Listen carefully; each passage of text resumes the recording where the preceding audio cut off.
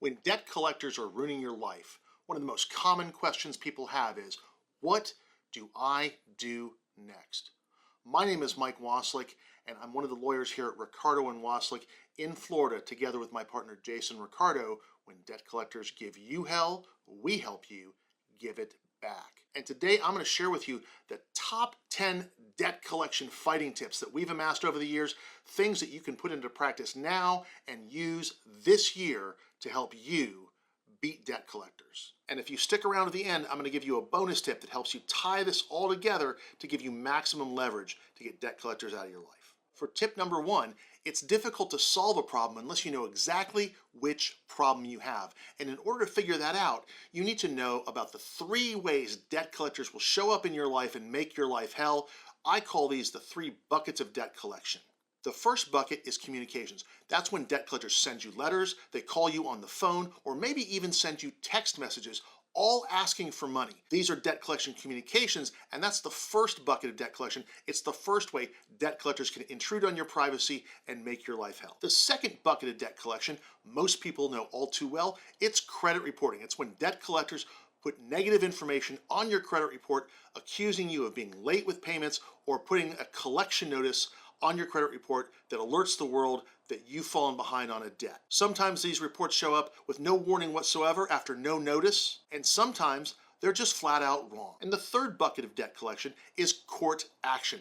That's when a debt collector takes you into court, sues you for the debt, tries to get a judgment, and if they get that judgment, they start garnishing your wages, seizing bank accounts, or asking you to cough up vehicles or other property. You might be experiencing 1, 2, or even all 3 of these manifestations of debt collection, and we're going to show you tips for each of the 3 that will help you send debt collectors packing for good. Tip number 2 is going to deal with communications and how to handle them. So when a debt collector sends you a letter or calls you on the phone or sends you a text message, what you need to know is that their communications are strictly regulated by federal law, the Fair Debt Collection Practices Act.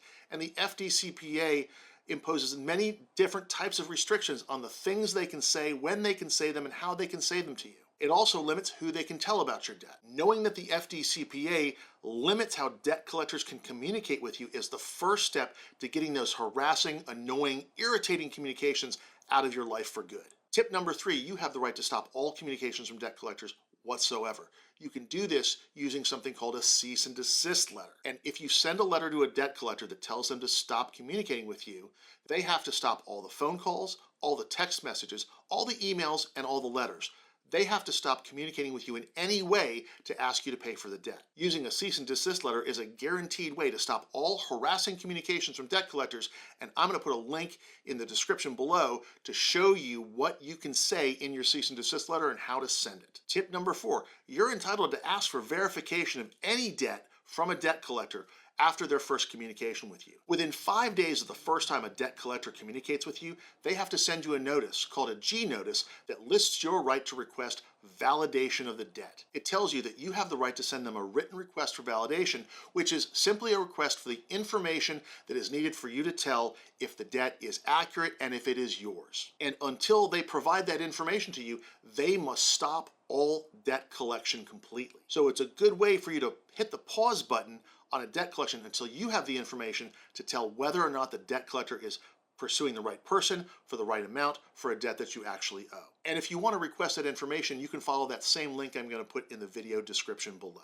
Now, tip number 5 and the couple that follow are going to deal with debt collectors on your credit report. So this is the second bucket of debt collection. And tip number 5 is just this. Get your credit reports directly from the source. You want to go directly to TransUnion, Experian, and Equifax and ask for your original credit reports from them. And there's a way to do it easily for all 3 bureaus. It's called annualcreditreport.com. Fill out your information there, and the credit bureaus are going to give you your free annual credit report. Now, there's been a relatively recent change in your right to access credit reports. It used to be that you could only get your free report once per year from each of the bureaus, except for very special circumstances.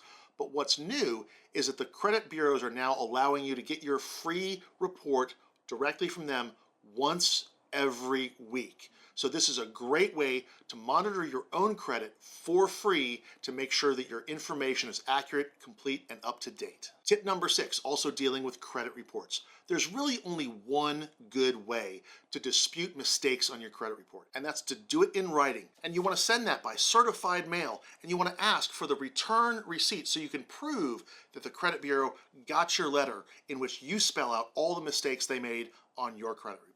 Do not use online disputes. Don't use third-party disputes like Credit Karma. Do not use any method other than U.S. mail, certified mail return receipt. It is the best way to protect your rights. It is the best way to make sure that they have notice of the information that you're challenging and to trigger your rights to get them to investigate any mistakes that you found on your credit report. Tip number 7, also dealing with credit reports. There are no consequences for a credit bureau that has mistaken, inaccurate, obsolete information on your credit report, unless you are willing to go to court to vindicate your rights. You're willing to sue them for breaking the law. There is no bureau, there's no agency, there's no second or third letter that you can send to them that's going to make them do the right thing. So if you're dealing with a credit bureau that refuses to investigate or fix the mistakes that you've pointed out to them, you have one tool in your toolbox to force them to do the right thing. That's to take them to court and make them. So unless you're willing to take a credit bureau to court, unless you're willing to sue them to make them do the right thing, they're not going to do the right thing. Because if you don't care about your legal rights enough to enforce them, the credit bureaus aren't going to care about your legal rights either. So for tip number 8, let's talk about court action when a debt collector tries to sue you and take you into court. The most important thing you can do is respond in the right way in the right time. Some lawsuits will require you to file a written answer with the court. Some of them will require you to show up at a particular day and time for a court hearing to determine whether or not you're going to be challenging that debt. It's very important to read the summons that you receive so you know exactly what response is required and how long you have in order to figure that response out. If you don't do the right thing in the right time, you're going to lose by default because you didn't do the right thing you needed to do in order to challenge the debt collector's right to sue you for that debt. You're going to go straight to having your bank account seized, having property seized, or even having your wages garnished. So don't ignore a lawsuit when you get served with a lawsuit. It's very important to answer in the right time and in the right way. Tip number 9, you have a right to proper notice of every lawsuit against you. If you don't get proper notice of a lawsuit, it deprives you of your right to defend. It deprives you of the information you need in order to respond at the right time in the right way. And it deprives you of the right to challenge the debt collector's right to bring you to court at all. So if you find out after the fact that you've been sued and you never got notice of it in time for you to defend it properly, what you need to do is find a way to challenge that improper service of process. Once a debt collector gets a judgment against you, the time to negotiate is over. The time to defend is over. You have to reopen that case and try to get it reheard. Now, most people want a lawyer to help them do this. So you either need to find a lawyer in your state, or if you're in Florida, call the phone number in the description below, and we can help you analyze your court case to see if you were deprived of proper notice, if you have a right to set that default judgment aside and raise those defenses and negotiate a better solution. Tip number 10 is going to be about court action as well. If you get sued, one of the most powerful tools you have is a countersuit against the debt collector. Suing the debt collector back if you can uncover some way in which they've broken the law during their communications or other dealings with you. If you can catch a debt collector breaking the law, if the debt is small enough and the violation is severe enough, they're going to owe you more money than they claim you owe them. That means you wipe out the debt forever and they write you a check. You walk away with money in pocket and they get nothing. Now here's a bonus tip about how to use a debt collector's strengths against them, just like it's a judo trick. One thing debt collectors are going to get really good at in the next year is using artificial intelligence to identify the easiest targets that they can take the most money from with the least amount of effort. Your job is to look like somebody it's going to be hard to collect money from. Someone who's going to make them jump through a lot of hoops, take up a lot of their time, and yield as little money as possible. By combining all 10 tips I've just given you and using them in the right time for the right type of problem, you're going to make yourself look like a real pain for them to deal with, and you're going to make it more likely that they move on to some other easier target and leave you alone altogether. So if you want to make yourself look like a difficult target, a tough nut for them to crack, I want you to watch the video I'm going to put on screen now, because it's going to tell you some of the steps you can take right out of the gate in order to be the hardest target possible for debt collectors to try and collect money from. Thanks for watching, and I'll see you on the next one.